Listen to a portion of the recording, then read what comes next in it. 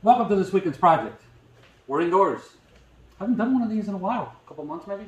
3 months? This weekend, my time is just about this much. Very little time. So I decided to bring it indoors and tackle something I've had on the back burner for... I have like 17 burners and this one's all the way back there. So I brought it to the front and let's burn it. Let's burn it today.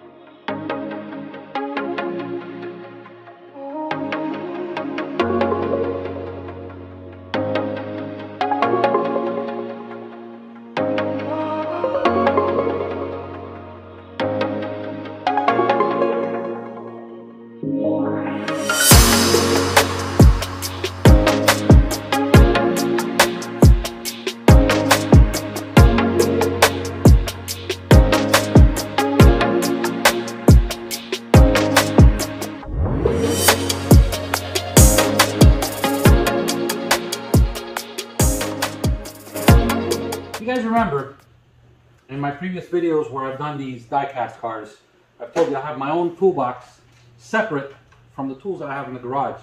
That way I don't end up mixing tools, and it kind of sucks to have to go walk into the garage, go get tools, come back. You forgot something else, you need a different size, you need something else. No. This is a little toolbox that I use specifically for this hobby. When I purchased this, I did a little bit of research on these little cars, and it turns out that these have been around for quite a few years. I purchased this one on eBay somewhere around the spring, and it sat in my garage all this time waiting for today. As you can see, the chrome on this car is long gone. I mean, it's had its fair share of usage. I don't know how the chrome can disappear like that, but I don't see any sign of crashing or bumping against other cars. But my purpose today is going to be, what I want to do is disassemble the car completely, wash it. I'll probably go to my kid's bathroom and use that sink and just wash the heck out of this car, dry it up real nice, go over all the chrome. I'll probably polish this paint, hopefully to bring it back a little bit more, and assemble it all together. Something very simple, something to show you guys that you guys don't need to go and spend, you know, 25 bucks on a brand new 1964 and a half Mustang when you can get one for, I think this one cost me like 7 bucks, 8 bucks, just because it's used. In any case, let's get started. All right, so let's start by getting this turntable out of the way. Here,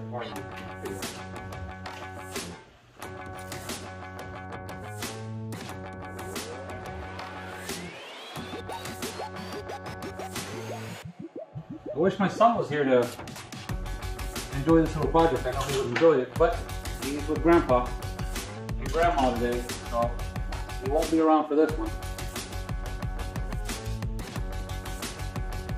Look at the truck on that car. You could fit an entire needle in there. Spacious. Let me get you guys in here so you see what I'm dealing with. Alright, so it looks like this company that makes this car, which all I have is an S. Anybody know what that company is? I have no idea, to be honest with you.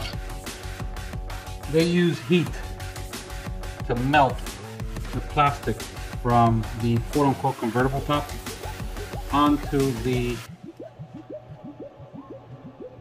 plastic of the interior, causing them to become one.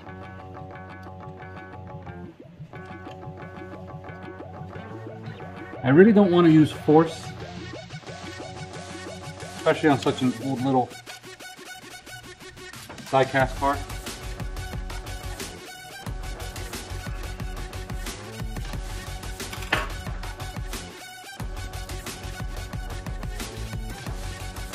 There we go.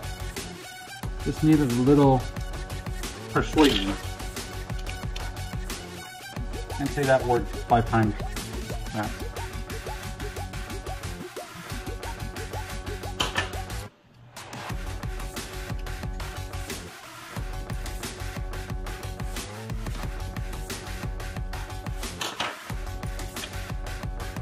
See, this is the rust I'm talking about. It's some sort of surface rust. Like some kid probably showered with this car at some point.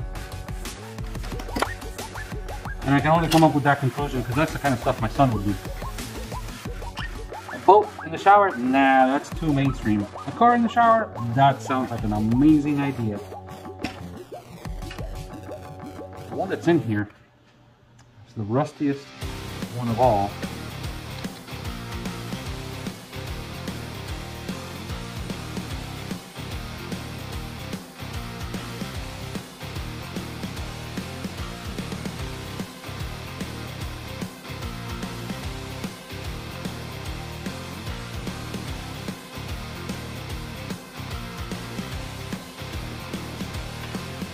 Alright, so these are nice and hot, which I'm glad because it's going to allow me to separate the bumper from the car before I wash it.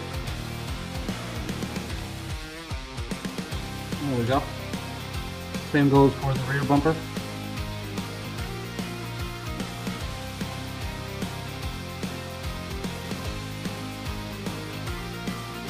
By the way, smelling it is highly encouraged if you want to reduce your light.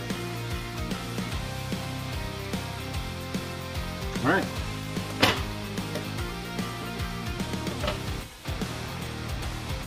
Now, don't leave this unattended. While it's hot, I've disconnected it because after all, this could start a fire, so I know we like to live on the edge. So first things first, you look at yourself in the mirror, you ask yourself, what am I doing? And then you get to the product. So, I've brought pretty much everything on here, with the exception of the wheels and tires. I don't think the wheels and tires really need to get soaked in water. In the end, it's going to end up affecting it more than it is going to help. I'll just wipe those, wipe the surface of those, and that should be fine. Now what you're going to do is, without your spouse noticing, you're going to steal dishwashing fluid. And did I say fluid? I'm used to thick cars. Dishwashing liquid and the sponge. And that's what I'm going to use today to clean this car. By the way, a little side note. Kids, when it comes to toothpaste and all that, I don't know how it is that kids work, to be honest with you. They work on a completely different level. I have found toothpaste in my next door neighbor's house. That's how far toothpaste makes it, but when it comes to calcium deposit and toothpaste on these things, in order to bring the shine back, little piece of advice: ketchup. Ketchup works like a freaking charm. Now, old stuff, as you can see here, no, that's not gonna come out no matter what you do. I've used baking soda, vinegar, you name it. Maybe a Scotch-Brite pad. I'll give that a try in the future. Okay. Anyway, let's get with the program. I'm going to hit the high speed because you guys don't need to see the full detail on what I'm going to be doing. All I'm doing is just washing. That's it.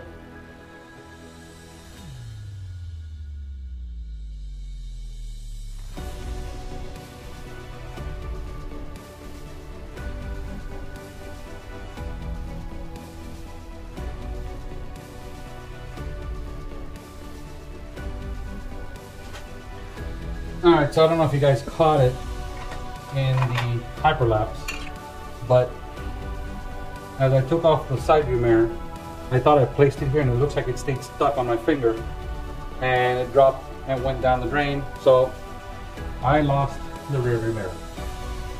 No big deal. It is what it is. This is not a collector item of any sort. And that's of course until you guys tell me that it is. And then I'll just lose it, you know? But we're not going to go crazy over that. See, it has the slot for the rear view mirror. Oh, look at the nice little feature I just noticed. That even works better. Nice. Slides in and out. Where have I heard that before? I'll be able to touch up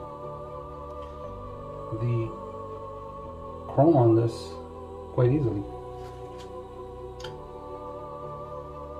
One thing I will tell you is the whole ketchup thing. Yeah, I mean, it definitely works. It just smells like burgers and hot dogs in here.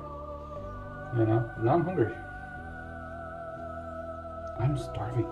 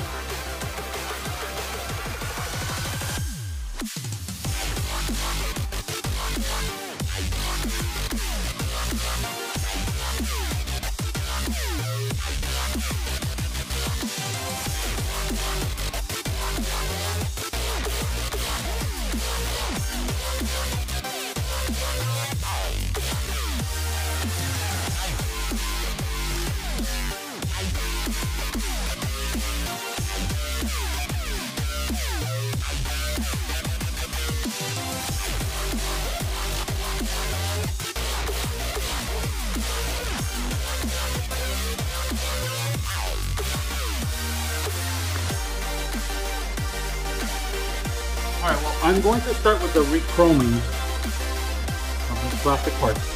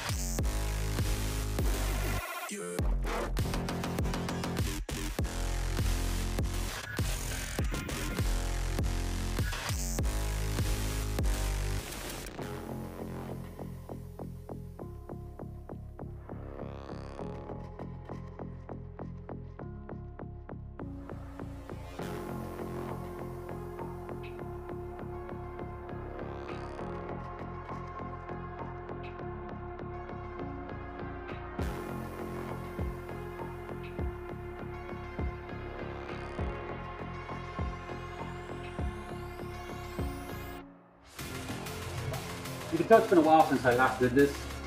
I should know better than to do all this chrome marker thing and not expect to have to sit around and wait. I know for a fact that's one of the primary things when I use the marker. 24 hours. So with that in mind, I'm going to have no choice but to stop the video here and continue in 24 hours. Now, you won't notice the difference because with the magic of video editing, all that's going to happen is just boom and then boom again. So, people might say Santa, he does drink, but that's another subject for another video. I will see you guys in 24 hours, aka a second or two. Alright, so it is the next day. I have allowed these chrome pieces to dry. No matter what I am going to do is, once I have assembled everything, I'll make sure I'll retouch up everything again. Just to make sure, you know, if there are any spots that don't meet my standards. That way, I know that they look nice.